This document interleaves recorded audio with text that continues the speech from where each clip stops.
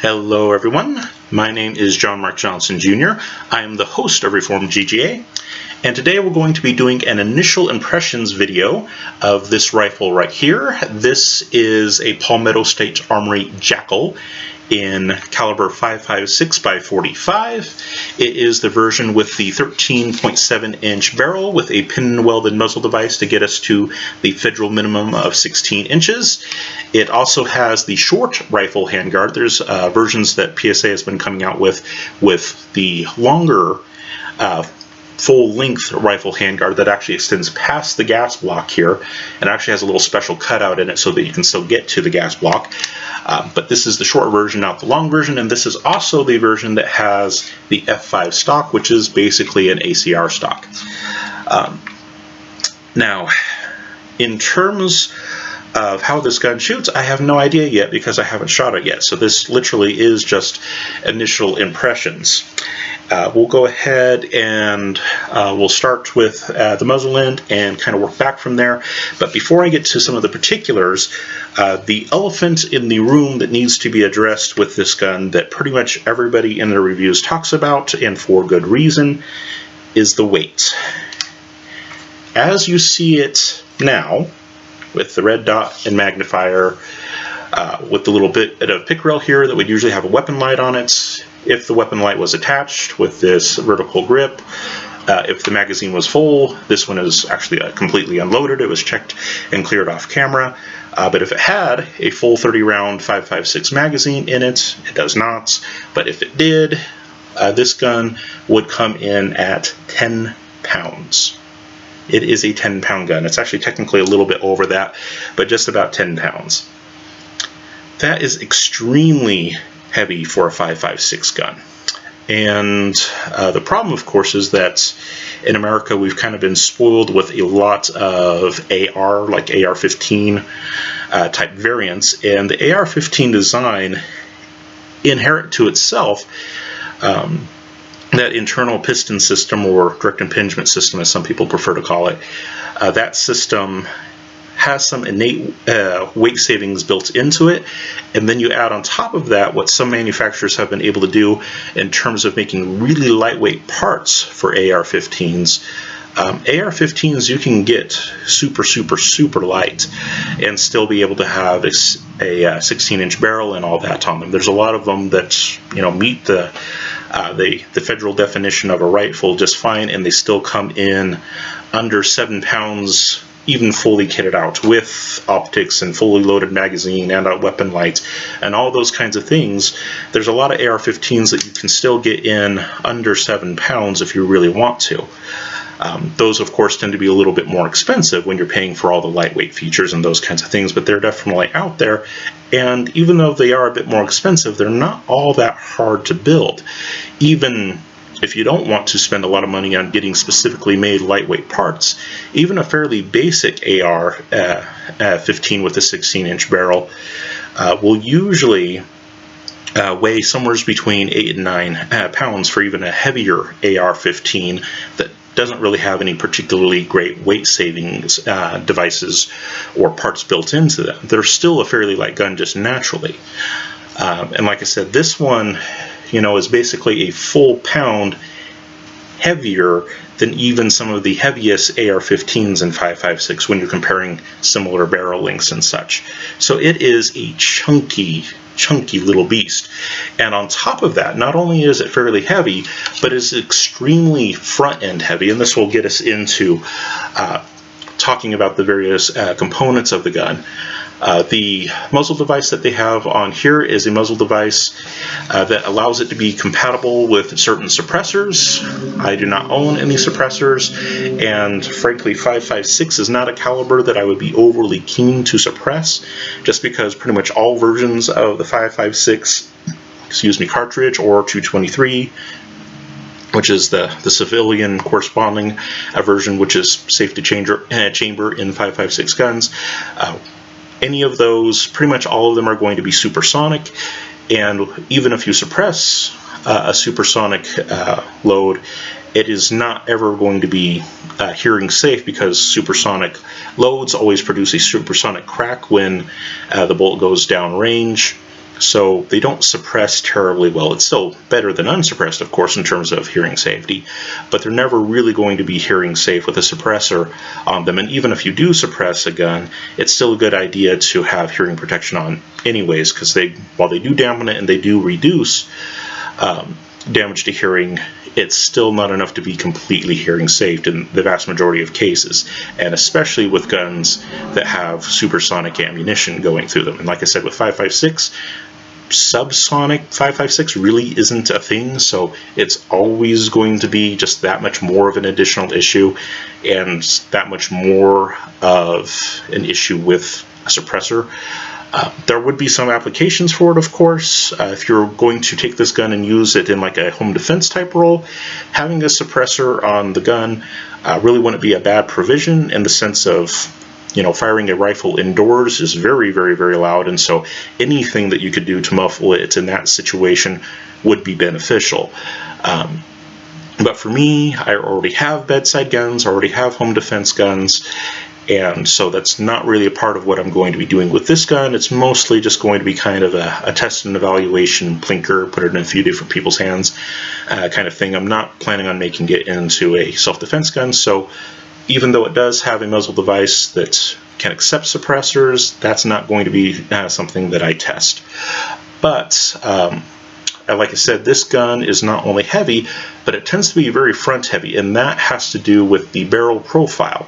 So the muzzle device is kind of a heavy muzzle device because it's supposed to be adaptable to suppressors. I'm not really interested in that because that's not my purpose for the gun. But the barrel profile is something that definitely is of interest to me because it is very problematic. As you can see, it is a stupid thick barrel. This would definitely be a truly heavy profile barrel if this profile actually persisted all the way under the handguard, and it actually does not.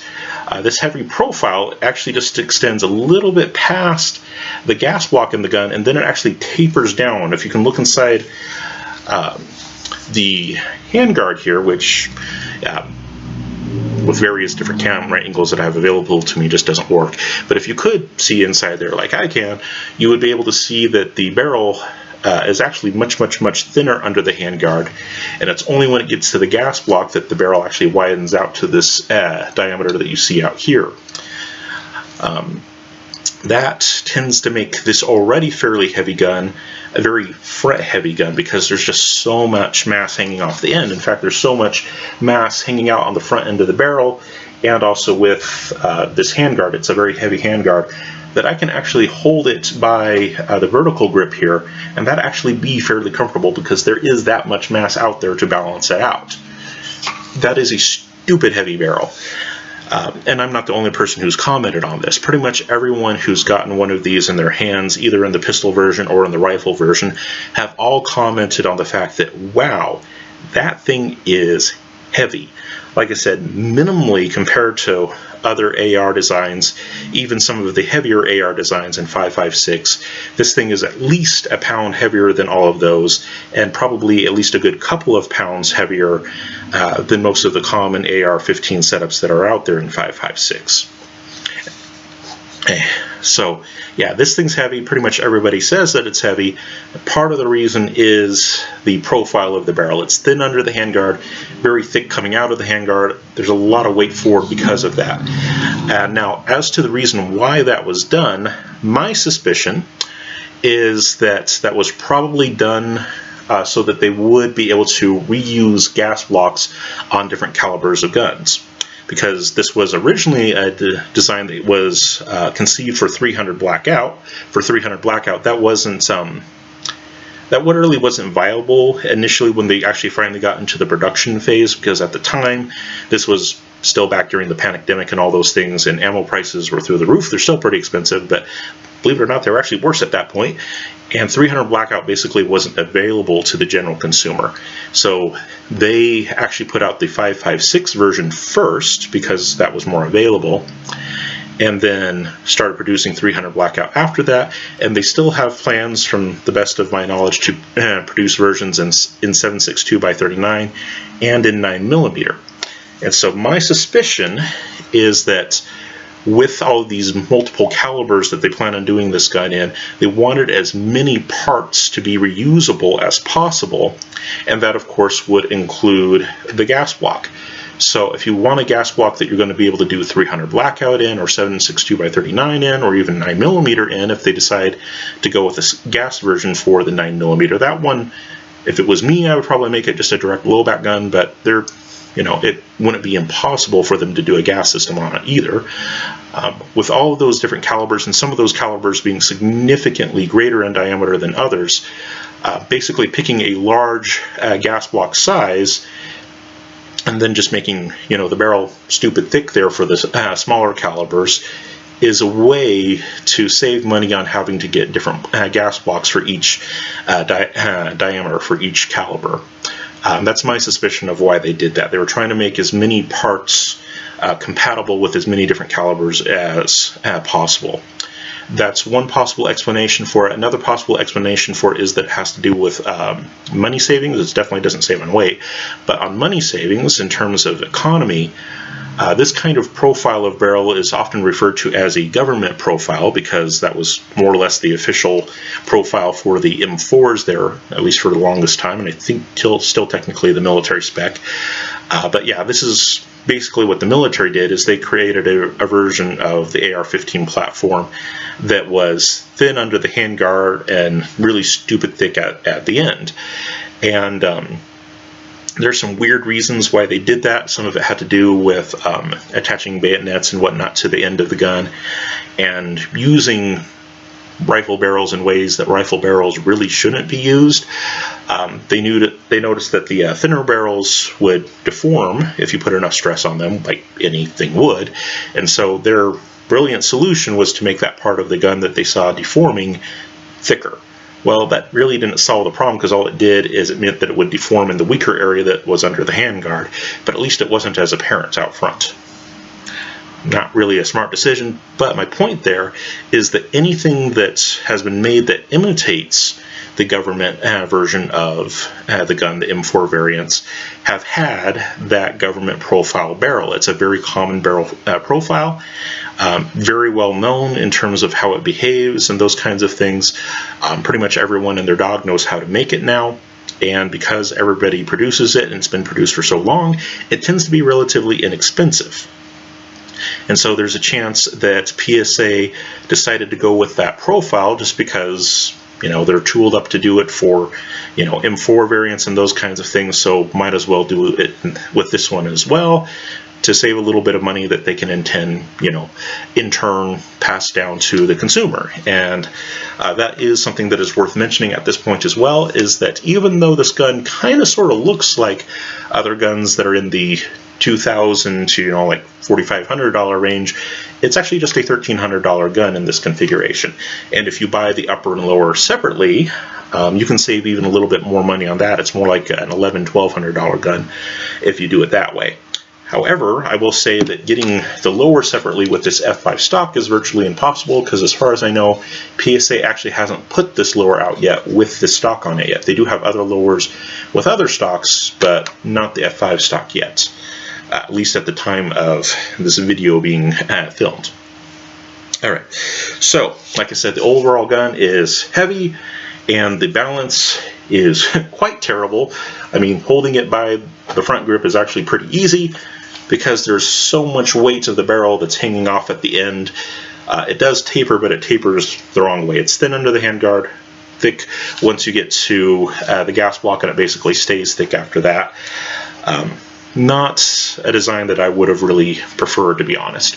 But the gas block, on the other hand, is actually a very interesting design, and I'm going to go ahead and say, even without having tested the gun yet, that this actually does impress me. I do like the gas block design. It is very, very easy to turn with the slightest of hand pressure. It is not difficult at all. You can see that it has rather large holes in it that you can stick, the projectile end of a cartridge into and twist it that way if you have to, if it gets too hot.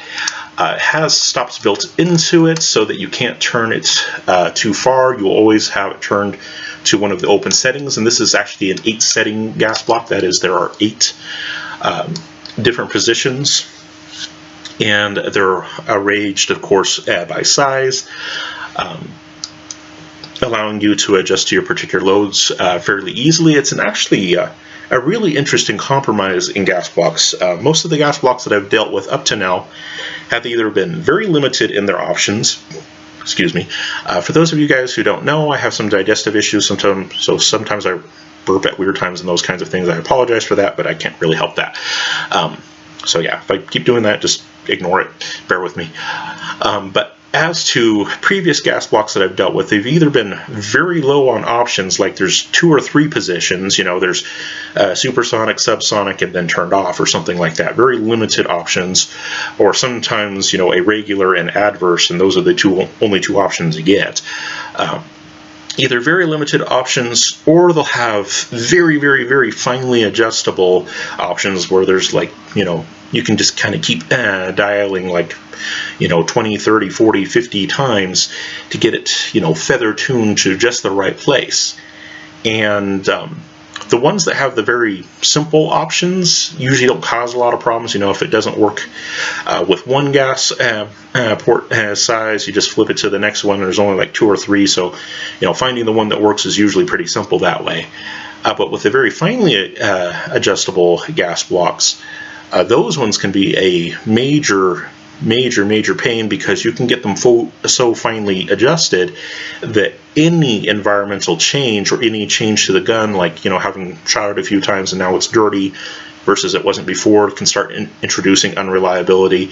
And when you're introducing the, you know, the average American consumer on something that is finely adjustable like that, they're going to, you know, dial it down just as far as they can to get it as soft shooting, soft recoiling as they possibly can, and then, you know, they bring it out the next time, and of course the gun's dirty from last time still, or even a temperature change. They originally set it in the summer and they bring it out in the winter, and of course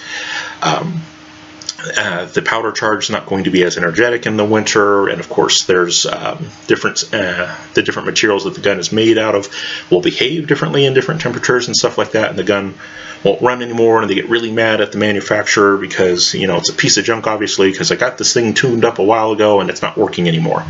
Well, like I said, sometimes it's a matter of it being too finely adjusted. PSA's solution here is really intriguing because it strikes a balance between the extremes. The extremes of, you know, you only have a few options and it's basically, you know, overgassed or undergassed significantly. And the other side where it's finely adjustable, so finely adjustable that if you change basically anything about the situation, it won't run anymore. They went with the 8-position gas block here. And originally it was actually a little bit more limited to that. Originally it was only like 4-position gas block. So now it's 8, and from what I can tell, it's basically a compromise. We're going to give you more positions so that you can more finely attune it, but not so finely that you're likely to have significant reliability issues if you change the parameters slightly. I like that solution. It is a good compromise, at least in theory. We'll see how it actually works out in practice. But for something for the average American consumer that's not going to be too complicated or not having enough options to really be usable, I think it's a good balance between them all. And like I said, it's very easy to move by hand. It's also going to be very easy to move if it gets hot and you have to use, you know, a bullet tip to transfer it over. Very well thought out, very good middle of the road application. That part of the design I am actually very impressed with. Let's talk about the handguard next. The handguard, a lot of people have been talking about being a monolithic handguard, and frankly it is not, at least not in the strictest sense. Now the upper portion of the handguard is continuous with the upper receiver. You have the upper receiver here, and there is an extension of the upper receiver that goes the full length of the handguard. That part is technically monolithic. However, the lower part of the handguard, where you see all the M-lock slots, that's actually not continuous. These screws that you see, top and bottom, I should say front and rear of the handguard, those literally are what is holding this handguard onto the upper here. And I'm going to go ahead and point the gun at the camera. Please remember that you are not in the same room with me, so please don't freak out. But I want to show you how it is joined. So you can see here you have the actual monolithic piece of the upper, and that is aluminum that comes down, and then the lower portion of the handguard is basically U-shaped, and you can see where it has been scored and then folded into shape, and then it is just directly screwed onto the upper portion. Now, as far as I can tell, this lower I think is steel, I want to say, and frankly I really hope that it is steel, because otherwise that whole scored and folded part would be, you know, kind of a potential weak point in aluminum. So I'm really hoping that it's not aluminum, but it does feel like it's steel. I might be wrong about that, but I really hope that it's steel that has been folded and then heat treated, because folded steel that's been heat treated is actually pretty strong.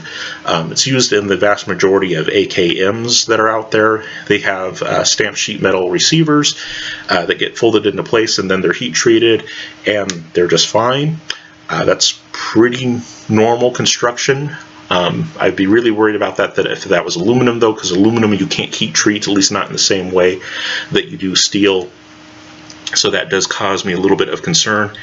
And in terms of what people are talking about with, you know, this being, some people out there have said that this would be a great, you know, like coyote rig or something like that, a great varmint rig for nighttime hunting, because you can put, you know, some kind of thermal thing on the M-LOK slots here, and since it's monolithic, you know, it's going to hold zero perfectly, and you'll be able to night hunt with it, you know, with the greatest of ease. Well, just the basic design of the handguard, with it basically being screwed into the upper, it's not going to be as stable as people have been touting it to be. And the gun itself, this happens to be a long stroke piston system. I'll do a disassembly and reassembly video at a later time, because this video is already getting long. But it's a long stroke piston system, and as you can see, some of the components are literally screwed into each other, not completely monolithic. This is not going to be the most accurate gun in the world, not by a long stretch. And then, you know, trying to get a perfectly held zero out of this kind of a handguard situation, I think that's a little bit ambitious, we'll say. I'm not saying that you couldn't put aiming devices on the handguard, you know, IR designators and lasers and those kinds of things. You could, certainly, and they would work to a degree, but the question is, to what degree? Like I said, it's just held on there by a set of screws. It's not anything overly special in and of itself. So you don't want to put too terribly much weight on there. And remember that the gun design itself, being a long stroke piston system, doesn't typically lend to super great accuracy. I have not shot this yet, so I'm not sure what accuracy I'm going to be able to achieve, but there are plenty of people out there who have already shot these guns and looked at the accuracy. And with most of the commercially available bulk ammunition, people are usually able to get, you know, at least 3 MOA out of them, which isn't terrible, but it's not exactly a precision rig either. With some of the higher end ammunition, I've seen some people get down to about 1.5 MOA. And for those of you who don't know what MOA is, it is a measure of angle. It's literally a minute of angle, which is a 60th of a degree. To put it in layman's terms, it's basically an inch at 100 yards. It'd be 2 inches at 200 yards, 3 inches at 300 yards. That's kind of an easy way to think of what 1 MOA would be. So if you have a 1 MOA rifle, it means you can put all of the shots within a 1-inch circle at 100 yards. A 2 MOA gun means that all the shots will be within a 2-inch circle at 100 yards. A 3 MOA gun, all the shots will be within a 3-inch circle at 100 yards. And like I said, with most of the commercially available full metal jacket plinking type ammo, most people have been getting around 3 MOA with these guns. Again, that's not absolutely terrible, but it's definitely not a precision gun. And if you're going to be attaching a lot of aiming devices to the handguard itself, in order to try to get something that's really going to be precise at range, frankly, I think you're going to be a little bit disappointed, just because that handguard isn't attached to the rest of the gun in a true monolithic fashion. Now, the upper portion is monolithic, so if you put like a PEC or something like that there up on top, it will probably hold zero considerably better. But like I said, the innate accuracy of the gun is low enough that that might not really be much of an issue one way or the other. It's just not going to be a precision gun. Alright, so the handguard is a little bit different. Now going down from there, you'll notice that I put on a vertical grip. It did not come with this vertical grip. I put that on there because I'm looking at the design. The one thing that is very clear is that this thing is going to get toasty. There's plenty of reviews out there that have already talked about that, but just from a design point of view, this thing is going to get hot. It is a long stroke piston system, so gas gets diverted back into the piston through the gas block. The piston comes back, operates the action, all those kinds of things. But the gas that is making it come back, it gets released into the handguard area. And of course, the gas block is up here, and the gas block, after you fire a decent number of rounds, it's going to get hot, it's going to start emanating heat, and there's no heat shield in this handguard whatsoever. So the front end of it, where the gas block is going to start emitting heat fairly quickly. A lot of radiant energy is going to be going out from the gas block, and the front end is going to heat up through radiant energy fairly quickly. Then once you get past the gas block and kind of the piston guide tube that is attached to that, then the system is just open from there. And so the back part of the handguard is basically completely exposed to the hot gases that are coming out around the piston. So the gas will flow around the piston and basically seep out through the rear portion of the handguard. So you're going to get a whole lot of gas and carbon that's going to come out, and if you're wrapping your hand around the handguard itself, you're going to get a bunch of carbon on your hands. Like I said, the front end is going to heat up real quickly. The back end is going to have a bunch of carbon and gas, and so the handguard itself, you're not going to really be able to hold on to for very long if you have a fairly high cadence of fire. So if you're doing mag dumps and those kinds of things, the handguard is going to become a non-preferable way of holding the front end of the gun fairly quickly. Now, as long as you're doing fairly small groups and fairly slow shooting, you should be able to keep it at a decent point where it doesn't get too terribly hot. But like I said, if you're going to do mag dumps, you're going to be, practicing CQB drills and those kinds of things, gun's going to heat up pretty quickly, and the front end is going to start having some issues. So the reason why I put a vertical grip on it, which is not what I've been doing with most of my rifles recently, but I've done it on this one just so that when I can't hold on to the regular grip anymore, or do my magwell grip like I often do, when that ceases to be an option, I have something else that I can hold on to that will get me a little bit further away from that heat. And so that's what the purpose of that is.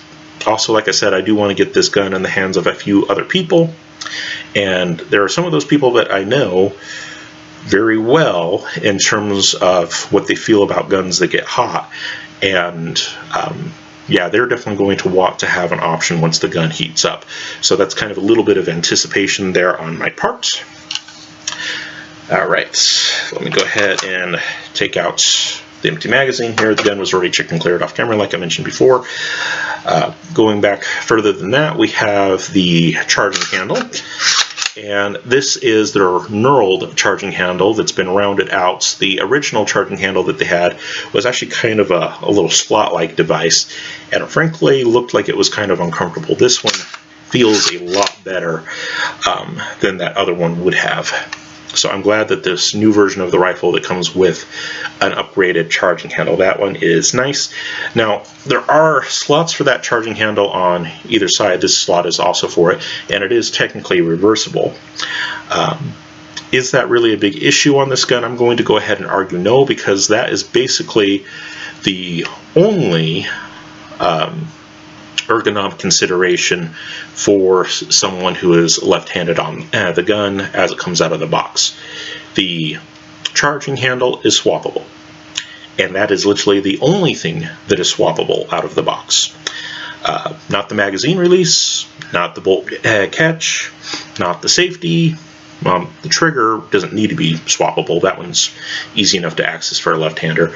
But all of the other controls, aside from the trigger and the charging handle that can be reversed, all of the other controls that are on the gun as it comes from the factory are not reversible.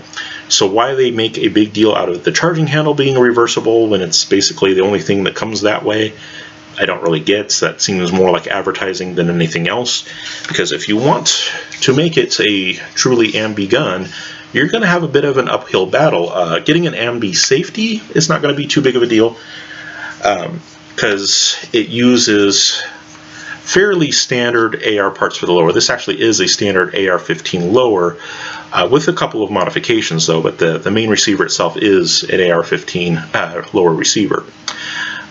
The safety is a completely stock AR safety, so if you get one of the ambi safeties and replace it, that won't be an issue. The magazine release here is a standard AR-15 magazine release. If you have an ambi one that will fit basically in the same slot, you know, that could be a workaround, as long as it doesn't have to do anything that interacts with the upper receiver, because the upper receiver is not the same as a standard AR-15, but you could work with that. The bolt catch though is basically proprietary. This is not a standard AR-15 bolt catch.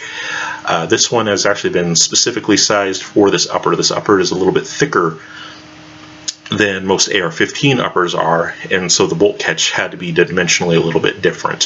So that is going to be a bit of a holdup for you in terms of trying to get this gun to be ambi. But that's kind of getting the cart before the horse. Going back to the charging handle, like I said, it can be reversed once you disassemble the gun. You can take it and you can swap it over if you really want to, but the rest of the controls on the gun are basically set up for right-handed use. So why would you want to change it to the other side unless you're actually left-handed and you plan on changing out some of those components? You know, it's more hype than it is actually a true left-handed or ambidextrous consideration. All right, and then going back from there, you start getting into basically what is the trunnion on the gun. It's kind of borrows from the AR-15 design that doesn't really have a proper trunnion, in that the barrel and the barrel extension are what connect with the bolts. Not a proper trunnion, so to speak, but they took the barrel extension on this one and kind of extended it so that it would kind of act like a trunnion, which is kind of an interesting choice.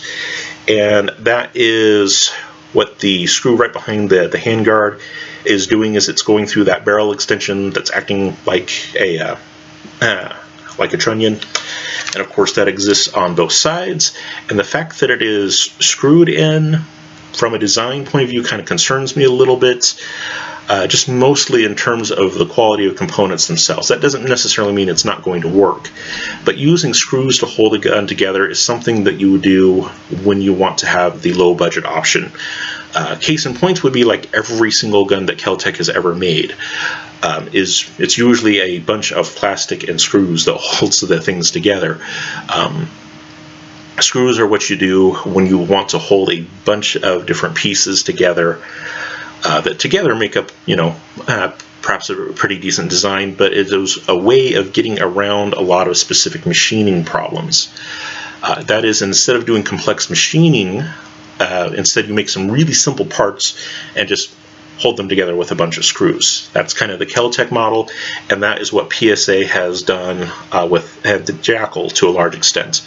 Even what they did with the whole monolithic upper of the upper, but then a separate lower handguard, that was done to simplify machining, because getting a machine to drill out this whole shape from the inside out, going through the long ends, frankly is fairly difficult, and it would be time consumptive, and it would be expensive. And there's a reason why truly monolithic uppers on guns tends to contribute to them being fairly expensive. PSA got around that by basically separating the two halves and being able to mill it out from, underneath for the top, and then, from the top for the bottom. Well, actually the bottom is just scored and folded. So using production methods that are a lot simpler and a lot cheaper to pass those savings on to you, but it also means that you're not getting as fancy of a construction method.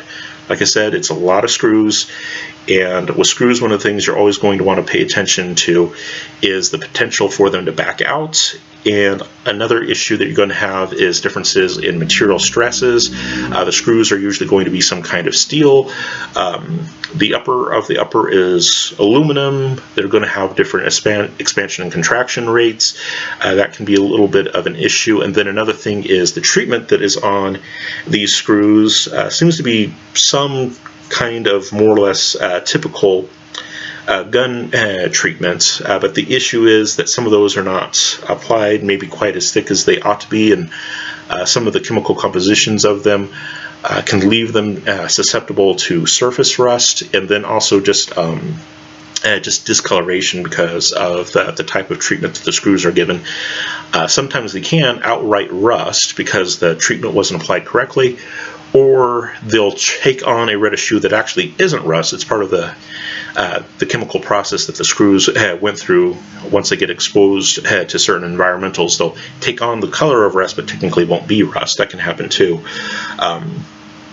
So my caution on that one, when you get a gun with a bunch of screws in it, is to kind of inspect the screws, make sure that nothing looks like it's coming loose, especially say within the first 1,000 rounds that you shoot through the gun. Just keep inspecting the screws, making sure that they don't come loose. If it's a Kel-Tec gun, it doesn't always hurt to kind of preempt and go through and make sure that all of them have a little bit of Loctite on them and whatnot, at least for kind of the exterior screws that are, attached to main things in the gun, just to kind of make sure they hold steady. And then another thing you'll want to do with them, because of the coating that's applied on them, and sometimes not the best coating in the world, make sure that you oil the screws as well. Cover them with a light protective layer so that the discoloration that I mentioned doesn't happen and you don't get surface rust and stuff like that. So a bunch of screws on the right hand side of the upper receiver. Once you get into the back part of it, you don't have too terribly many screws left. There is one screw that holds on the case deflector, but that side of the upper is relatively clear. But the left side has a series of smaller screws running down the side, and that is actually holding in, and when we do the disassembly video we'll talk about that, but that is actually holding in a little metal strip that basically keeps the bolt and carrier aligned within the gun, and basically gives the bolt and carrier something to rub up against that isn't aluminum, something that's a little bit stronger. This was not a part of the original JAKL design to have that little metal strip on the inside, that little steel strip on the inside that was screwed in. That was done after some preliminary testing showed that having that part unsupported would be a problem later on. So they wanted to solve the problem of the excessive wear, but do it in a relatively cheap manner. So they come up with the idea of the steel strip that would just simply be screwed into the upper, and that solved the problem well enough. Again, in terms of a high quality component, it is not. This is not one of the more complex machining types that is out there. This was done very much so to save money, which is good for you as the consumer. You get a cheaper product in terms of cost, but you also get a cheaper product in terms of production quality. This is not going to hold up as well as something that had been actually machined out of a solid piece of steel or something like that. It also weighs less than a solid piece of steel that has been milled out well. That's true. But yeah, it's not going to have quite that much lifespan. The issue, though, of course, is how much lifespan do you actually need? When it comes to 5.56 guns like this, most manufacturers only plan on about 10,000 rounds maximum. And if you're running like steel case ammunition with that bimetal jackets that are a little bit hard on the rifling, it'll be even less than that. And so as long as they have some kind of a structure that'll last for at least 10,000 rounds, most manufacturers count that as good enough. Like I said, if it was higher quality parts, you could get it to last longer, but that would be more expensive, that would be heavier. But it would be more durable, and you could have something where you just simply, change out the barrel and the receiver is still good. But in this case, the receiver is going to eventually wear out, and probably on a similar schedule to how often the barrel is going to wear out. All right, so there is that. There is a couple of things that I wanted to mention about the pick rail on top. As you can see, it is not T-marked in any way, at least not in this FDE version. And there are also big patches on the front and on the rear that are completely blank, which I personally hate, because I like to be able to run my optics as near to the back as I possibly can, or as close to the front as I possibly can. I want to have that option. But these blank sections, of course, preclude that. On the front ends, I'm not really entirely sure why they did it that way, because I don't think they actually had to. But I will admit that in the rear, that little block actually does need to be there, because the recoil spring for the gun actually fits into a recess that sits right under this block. And so if this block had the normal Picatinny cutouts in it, it actually wouldn't have the structural integrity to actually hold in that recoil spring properly. So that actually does need to be there because of how the recoil spring is held in place. So this one is actually structurally necessary. It's also the one that I hate them putting in the most, because I have to move my optics forward because of that. But there is actually a structural reason why it is there. As for the optics that I chose, these of course did not come with the gun, but for the optics that I chose chose a Holosun red dot and magnifier. The Holosun red dot is the 503G. It's the version that has the little chevron and the holdover marks in it. And I like this red dot because it has the shake awake feature, it has the holdover marks for if you want to go for extended range. I like the chevron, especially for extended ranges, but since it's a red dot, you can also use it up close just fine, without any great distortion of the image, because it's a simple pass-through. It doesn't magnify anything in and of itself. And if I do want to magnify it, if I do want to get a little bit greater range and a greater clarity, I always can put the magnifier on it. This is a flip-to-side magnifier, so I can use the red dot, basically unchanged as it is.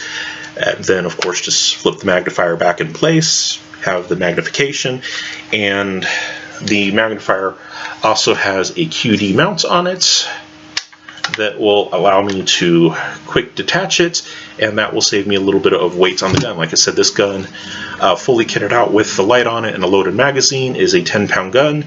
If I take off the magnifier, that's about a ½ pound right there. And so it goes from being a 10-pound gun to about a 9.5 pound gun, and that is definitely a lot more wieldy. Go ahead and put that back on for now. All right. Okay, yep, all good and secure. Then I already mentioned that the lower is basically a standard AR-15 lower. The lower itself definitely is, but there are some modifications that need to be made. We'll go ahead and talk about that now. If you decide that you don't want to buy the complete gun, but you have an old lower sitting around somewhere that you want to use, there will have to be a couple of changes that you make. Like I said, one of them is the bolt catch here. That one is a proprietary piece, because it has to fit with the new width of the new upper. So the bolt catch you'll have to buy from PSA separately, and a lot of the upper kits, because they do sell them as kits too, they will include that bolt catch that you can trade out. And then the other part that also needs to be modified is the buffer tower back here. It doesn't have a conventional buffer, obviously, otherwise it's going to have a F5 stock, but it does need to have basically a little solid rubber plug put in it, and that's what PSA recommends. They basically say they can't guarantee that it's going to work if you put in a normal AR-15 buffer, only their little buffer system, and also this little capture system that they have in here that basically fits onto that buffer tower. I personally really don't like these little wings that are on the side, because they're actually fairly sharp. I wish that they would have rounded those out a little bit, because the first time I was disassembling this thing, I very nearly gave myself a pretty bad cut because I didn't realize just how sharp they were. That seems like a little bit of a design oversight to me, but again, the main point why I'm showing you that is so that if you decide that you want to use your own lower, be aware that you will need a new belt catch, and then you also will need this rear assembly with a little solid buffer in there. All right. So put that back together, and then finally, I did want to mention a couple other things on the lower as well. Like I said, it does take standard parts, but PSA was kind enough in the full rifle version to give you a couple of nice grip upgrades. One of them is the EPT trigger. It is the same weight and basic profile as a standard military trigger, so it's like 5.5, 5.75 pounds for the pull weight. That's not any different from standard, but it is a polished trigger, and so it is relatively smooth. There's not really a lot of the grittiness that you normally associate with a standard mil-spec trigger. So it's standard weight, but it's been smoothed out a little bit, and that is nice. And then the pistol grip that they give you is one of the specialized Magpul grips, and this one, what is this? This is the Mo SL. This one is actually a little bit more vertical than some of their other grips, just for use with a little bit shorter rifles. That you might use in more of a CQB environment, something like that. Deployed from a vehicle, those kinds of things. A lot of times people want to be really tight and close on the gun so that they don't expose themselves while coming around corners and whatnot. And having a little bit more vertically oriented grip kind of helps you stay a little bit tighter on the gun. So that was a nice addition. And then finally, the thing that a lot of people like about this particular version is the F5 stock, basically the ACR stock. It is actually relatively lightweight. Frankly, in the pictures that I originally saw, I thought it was going to be a lot heavier than what it is, but it's actually very light. It is adjustable for length of pull. At full extension, I think the length of pull is like 14.25 inches, and all the way collapsed, it's like 11 3/8 inches for length of pull, and there are 7 slots for the length of pull adjustment. I will warn you that it actually can slide out and in a little bit. My recommendation is that once you find the length you want, just kind of push on it a little bit to make sure it's fully forward, and then once you get that, it's basically set. And then the upper portion of the stock also doubles as a cheek riser. It's not by a whole lot.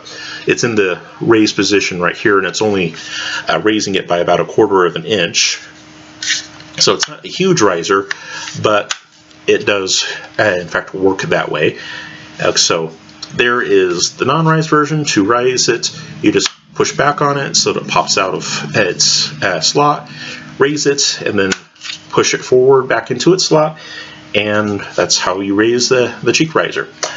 I will say that the buttstock profile I don't like. Those of you guys who followed my stuff already know that. I do not like the crescent shape. I like it when it actually it cuts down and this little toe gets completely cut off there. I like flat and one that cuts into the gun rather than the crescent shape, because the crescent shape, depending on what position you're holding the gun in, can really dig into your shoulder or sternum or however you want to hold the gun. Not a big fan of that. It also produces some issues when you go to lean the gun up against things, but it can be worked around. It's not that big of a deal. And then a couple other notes is the button to fold the stock is definitely very stiff on this particular version. I don't know if that's an issue with all of them, but it does of course fold. It is kind of semi-retained. It's a little floppy, but it won't go past that without the addition of a little bit more force. It's also worthwhile noting in there that black plug that you see actually is plugging a little open recess in there for batteries and those kinds of things if you want to store that kind of stuff in there. So it does have a little hole for it. The only thing that I really don't like about the stock, other than the cut of the butt stock itself, that crescent shape, the only thing that I really am not a big fan of with it is the hinge. The hinge comes down pretty low, and as I'm trying to get a grip on the gun, my thumb actually hits that hinge before I am able to define the safety, and so it slows me down just a little bit. With time and training, I think that is something that's going to be pretty easy to overcome, but I notice that as I'm grabbing the grip, I do hit that hinge because it comes down pretty far.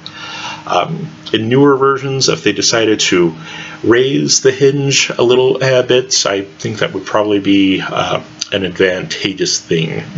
But other people might disagree. That's the way these things go. Alright, so don't know how it shoots yet because I haven't shot it yet, but in terms of my initial reactions to it, can be summarized this way. Wow, that's a heavy gun. 10 pounds fully kitted out. And it is obviously very cheap, hold together with a bunch of screws, and where they could have done more complex machining, they opted for simpler machining, mostly to save on cost, very evidently. Will those cut corners result in significant problems down the line? We'll have to see, only time will tell. But yeah, it's heavy and it's cheap. That doesn't necessarily mean that it's bad, though. Okay, a cheaply made gun can still work quite effectively for a very long time, as long as the person who was making the cheap gun knew what they were doing. And heavy gun, yeah, it's definitely a heavy gun, but there are other applications out there where having a heavy gun is not going to be a significant disadvantage. Yes. The original thing that the JAKL was designed for would be one of those cases. It was designed to be a truck gun, as it were, in which case the truck that you're riding in, your vehicle, is going to be bearing the weight most of the time. And the situations in which you would need to use it would probably be fairly scarce and probably would not be terribly prolonged. Also, if you wanted to use a gun like this as, say, like a bedside gun or something like that, you're not, traipsing through the countryside with it. It's just, leaned up against your chest of drawers or whatever it is, and you grab it, you do what you need to do to defend your home in that very unfortunate circumstance that should become an issue, and then you're pretty much done with it, and you don't have to hold it anymore. Heavy guns are not necessarily all that bad, and those of you who follow the channel know that I have AKs, and I've used AKs quite a bit, and they're heavy guns. One of my AKs in 7.62 by 39 is a 10.5 pound gun when it's fully kitted out. And yeah, that is a gun. It was the same gun that went on the hunting trip a while ago that I described. Not my hunting trip, but somebody else took it on a hunting trip with them. Actually, few other people took it on a hunting trip. Hunting trips. There were multiple ones, multiple hunting trips with them, and managed to get a couple of deer out of it. The gun is heavy, yes, but prohibitively heavy, not necessarily. A lot of it depends on how you're carrying it. They went hunting from ATVs, so the ATV was carrying the gun most of the time. Not a big issue. Like I said, if you're talking about a bedside gun, it's going to be propped up against the chest of drawers most of the time. The weight isn't really that big of a concern. If it's a vehicle gun, the quintessential truck gun, the truck is going to be holding the weight most of the time. As long as it isn't so heavy that you can't use it in the moment, and most defensive encounters for civilians are over very quickly. Most of them, from the time of the introduction of lethal force to the end of the encounter, are usually no more than about 7 seconds. 5 to 7 seconds for the entire portion in which lethal force is being actively used is pretty typical. And if you can't hold up a 10-pound gun for 7 seconds, you've got bigger issues than just having a heavy gun. But at the same time, this thing is going to be precluded from certain uses. This gun is never going, at least in this configuration, never going to be a great competition gun. Not so much. An in the field, walking, hiking type gun that you would just sling over your back while you want to go hiking through the backcountry, probably not a good option. As a standard issue infantry rifle, no. And with how open the handguard is and being able to directly access the the operating mechanism through the M-lock slots and whatnot. I mean, you fall in the mud with this thing, and that's not going to be good. Definitely not a very elements-proof type design here. So yeah, there's lots of lots of uses that this thing would not be good at, but there are some, and it is relatively low cost, and frankly, it does look pretty cool. I have to admit that. So yeah, that is my initial impressions of the PSA JAKL. Thank you folks for sticking around this long.